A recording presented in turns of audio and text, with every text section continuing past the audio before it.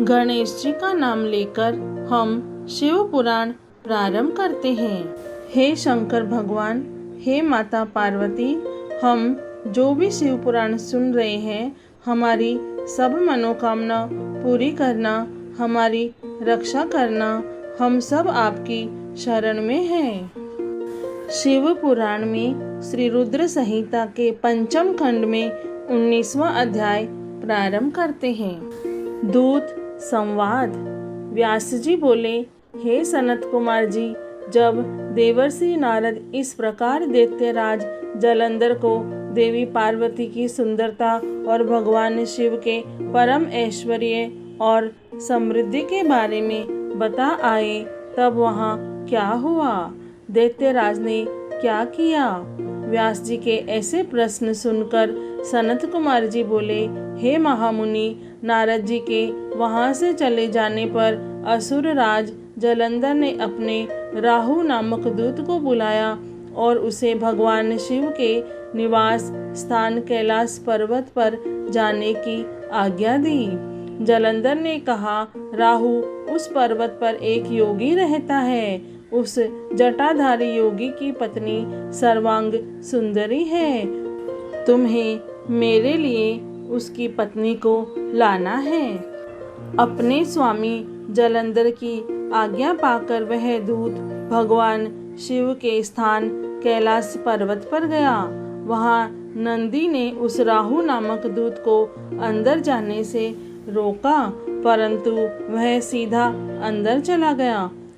वहाँ कैलाशपति भगवान शिव के सामने उसने अपने स्वामी दैत्यराज जलंधर का संदेश शिवजी को सुना दिया। जैसे ही असुरराज जलंधर के दूत राहु ने यह संदेश त्रिलोकीनाथ भगवान शिव को सुनाया, उसी समय शिवजी के सामने की धरती फट गई और उसमें से एक बड़ा भयानक गर्जना करता हुआ पुरुष प्रकट हुआ। वह पुरुष अत्यंत बलशाली और वीर जान पड़ता था। उसका मुख सिंह के समान था और ऐसा लगता था कि सिंह मानव का रूप लेकर साक्षात सामने आकर खड़ा हो गया है। वह नरसिंह रूपी पुरुष तुरंत राहु को खाने के लिए झपटा। यह देखकर राहु अपने प्राणों की रक्षा करने के लिए दौड़ा, परंतु असफल रहा। उसने राहु को कसकर पकड़ लिया।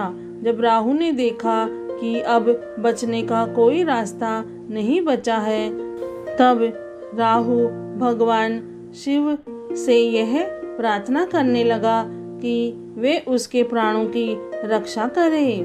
वह बोला, भगवान, मैं तो असुर राज जलंधर का दूत हूँ। मैंने तो सिर्फ वही कहा है जो मेरे स्वामी की आज्ञा थी। हे कृपा निधान, मेरी भूल के लिए मुझे क्षमा करें। राहु के वचन सुनकर करुणा निधान भगवान शिव ने नरसिंह रूपी पुरुष को आज्ञा दी कि वह राहु को छोड़ दे।